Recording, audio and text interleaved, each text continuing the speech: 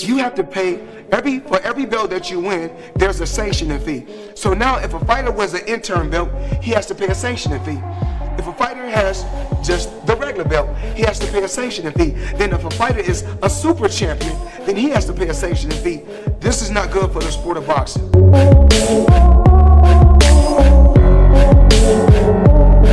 Y'all see them though. King of boxing has just been taken down, and not by a punch. Less than 3 months after Terence Crawford shocked the world by doing the unthinkable and dethroning Canelo Alvarez to become the sport's new superstar, his championship status was ripped away. And here's the twist: he didn't lose the belt in the ring, nobody beat him. He didn't get dropped, outboxed, or even challenged. He lost it because he refused to pay what many fans are calling a ransom.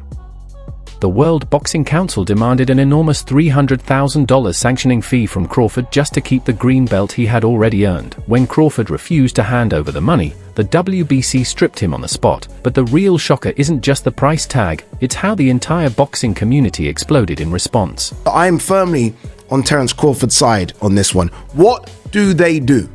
Like, someone needs to tell me what they do. Because ultimately, again, the commission do the majority of things in terms of, you put a fight in Vegas, it'll be the Nevada State Athletic Commission, they will appoint the judges. I mean, one thing they do, I guess, is that clean boxing program thing with VADA. But I'm pretty sure, and I stand to be corrected, that it's the fighters that pay for that as well. So what do they do, people, that they think that they can just go and take a percentage of a fighter's purse? Nah.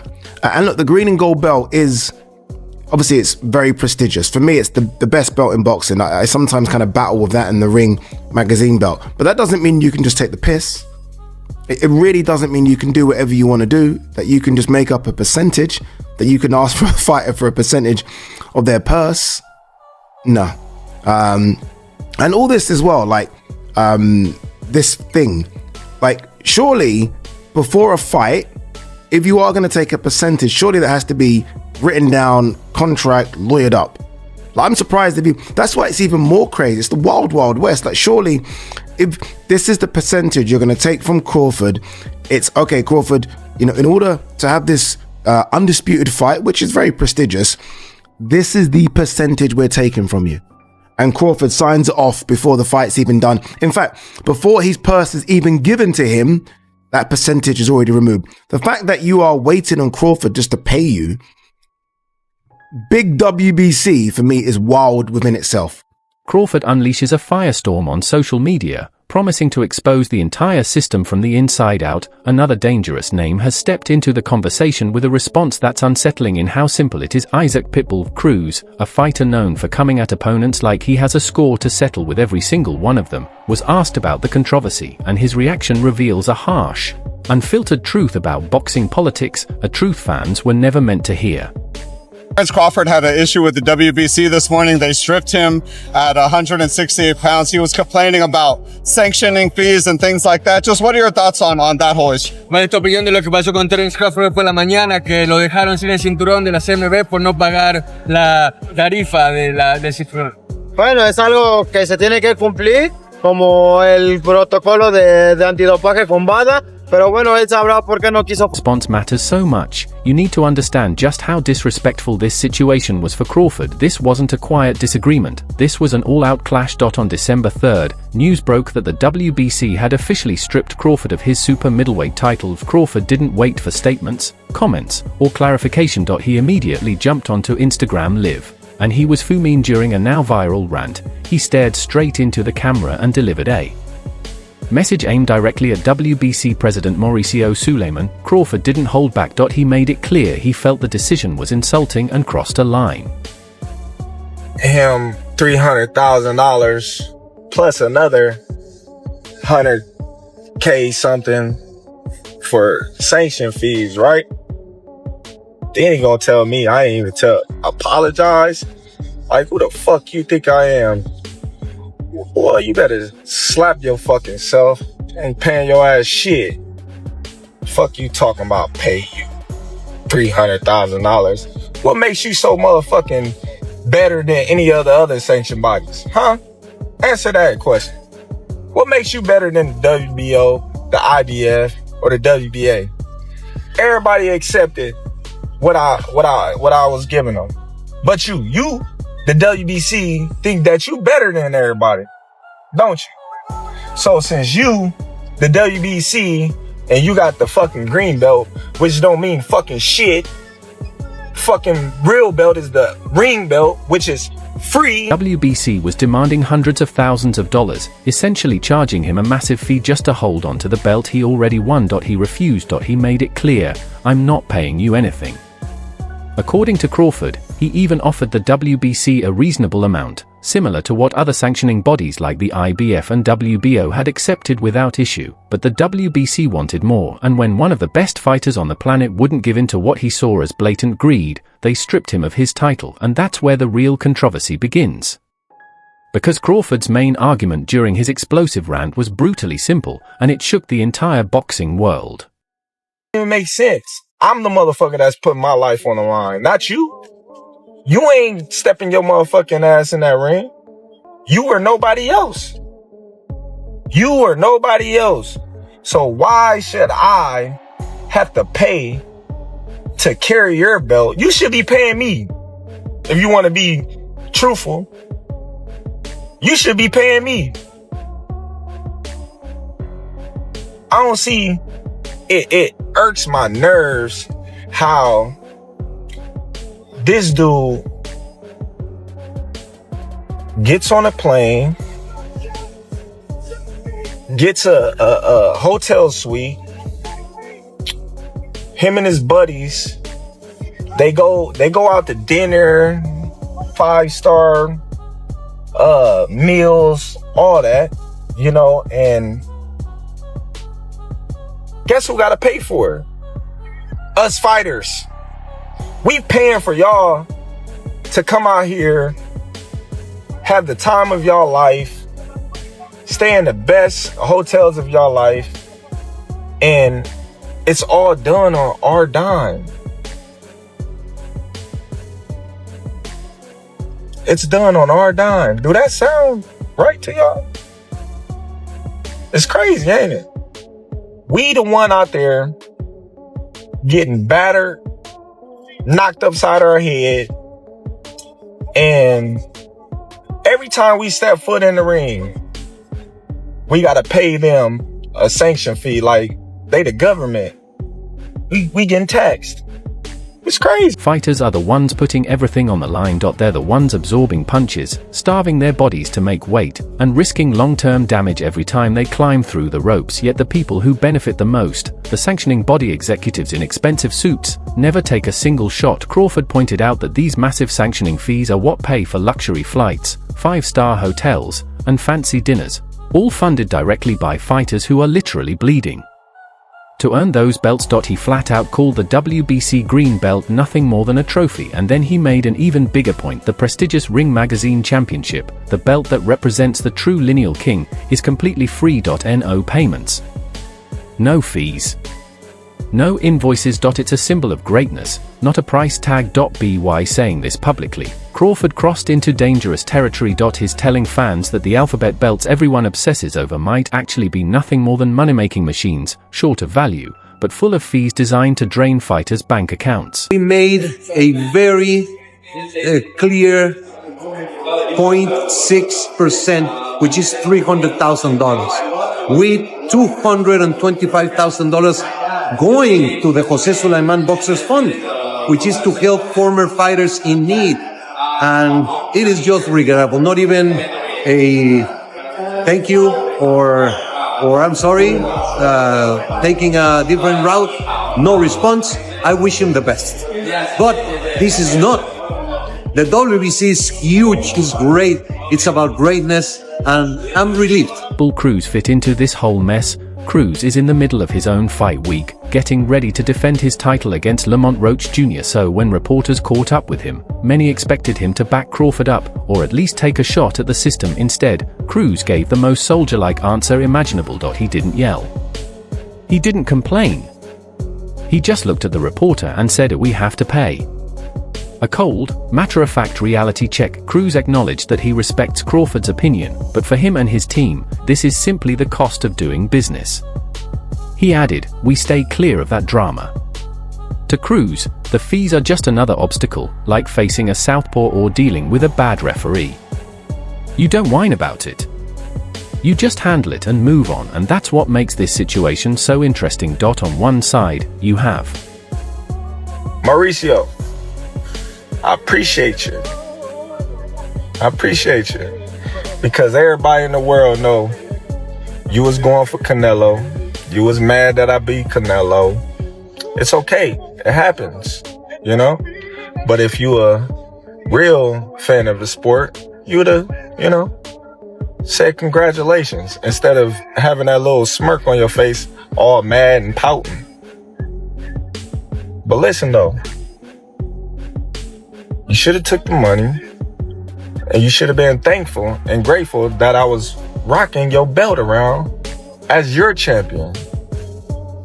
As your champion, the WBC champion, the undisputed champion at that. But you want to make it about you. You want to say, oh, well, you stripped me. Like, I've been stripped before. The IBF just stripped me when I was at 147. Doesn't matter. I'm still considered the undisputed champion. I'm still the champion in the division. Because you know why? The only belt that's recognizable as the champion is the ring belt, baby. That's the #1 belt in the division. But Crawford's rant went way beyond money.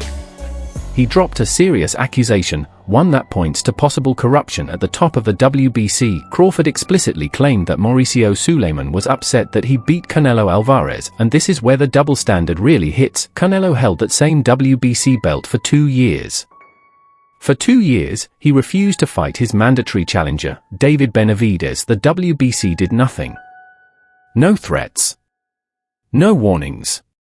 No stripping. They let Canelo keep the belt, keep the spotlight, and keep the money. Yet the moment Crawford wins the belt, and refuses to pay an inflated sanctioning fee, he gets stripped immediately. Crawford asked the question everyone else is afraid to say out loud: why are the rules different for him? His point is clear: the sanctioning bodies aren't neutral referees. They're businesses. And businesses protect their biggest cash cows while punishing anyone who doesn't play along. Is no longer a belt holder coming into his next fight, a fight that's still expected to make a lot of money due to Canelo's popularity and ongoing contract with Riyadh Season. This means that for the first time in 7 years, not a single sanctioning body will benefit from Canelo's earnings. So the sooner Canelo becomes champion again, the better for them. But for the time being, they'll have to rely on Terence Crawford as their sanctioning fee provider. These sanctioning bodies make a lot of money from Canelo being their champion. Like, why did you think there wasn't any pressure coming from them when Benavidez was Canelo's mandatory? It's because if Canelo lost, then they'll have to rely on Benavidez and his $7 million purses. And if they decide to bully and pressure Canelo, and Canelo says, you know what, screw it, and decides to vacate the belt instead, then it's the same thing. They lose the benefit of a Canelo. About sanctioning fees. In that same interview, he shifted to a topic that reveals an even darker truth about modern boxing, the normalization of cheating. He was asked about rival champion Subriel Matias, who recently tested positive for the banned substance ostarine, and this time, Cruz didn't stay calm. His reaction was noticeably sharper, more emotional than anything he said about the WBC fees. Cruz condemned the sport for becoming too lenient. He said drug violations are turning into something normal, something fighters and fans are starting to just accept, and that, to him, is the real danger. How you love that? $180,000 free. How much your belt cost? I wonder, how much your belt cost? Huh? I don't see no receipts on your belt. It's crazy. Y'all be having so much taxes on these belts. You got some nerves. It's crazy that you can sit up there and have all these belts. You know, you got the WBC silver, the WBA intern, the whatever belt y'all got, and you taxing these fighters every time they fight, and you claim that you for these fighters. You're not for these fighters. You probably worse than the promoters. But hey, I wish you the best, you know? I wish you the best, you and your company. Here. On one side, you have a sport that will instantly strip a legendary champion like Terence Crawford over a disagreement about money. No hesitation. No hearing. No investigation. Just gone. On the other side, you have fighters testing positive for PEDs, and suddenly everything becomes slow, unclear, and buried in bureaucracy. Months of silence. Committees. Ongoing reviews. Pitbull Cruz made the distinction perfectly clear. He wants zero tolerance for performance-enhancing drugs because that's what actually endangers fighters. That's what leads to career-ending injuries, neurological damage, or worse. But the sanctioning bodies, they seem to have zero tolerance for late payments, not cheating, and that exposes their real priorities are not the fighter's health, not the integrity of the sport, but the fighter's wallet, how much money they can squeeze out of the athletes who risk everything. A very clear 0.6%, which is $300,000, with $225,000 going to the Jose Sulaiman Boxers Fund, which is to help former fighters in need. And it is just regrettable. Not even a thank you or I'm sorry, taking a different route, no response. I wish him the best. But this is not. The WBC is huge, is great. It's about greatness. Now, the WBC is scrambling. They're trying to move past the controversy as fast as possible. Within days of stripping Crawford, they ordered a fight between Hamza Shiraz and Christian Billy to fill the vacant spot. Their plan is obvious: crown a new champion quickly, slap a fresh coat of paint on the scandal, and hope fans forget that the real champion is still sitting at home undefeated. But even that plan is already crumbling. Reports are coming out that negotiations for the Shiraz vs. Billy fight are stalling. The belt is in limbo. The division is frozen. And the value of that iconic green strap has collapsed overnight, because here's the truth: by stripping Crawford, the WBC didn't damage his legacy, they damaged their own. They exposed the belt as something that can be bought, not earned, and the next man who picks it up will have to live with that reality. They didn't beat Terence Crawford to become champion, they just paid the fee he refused to pay.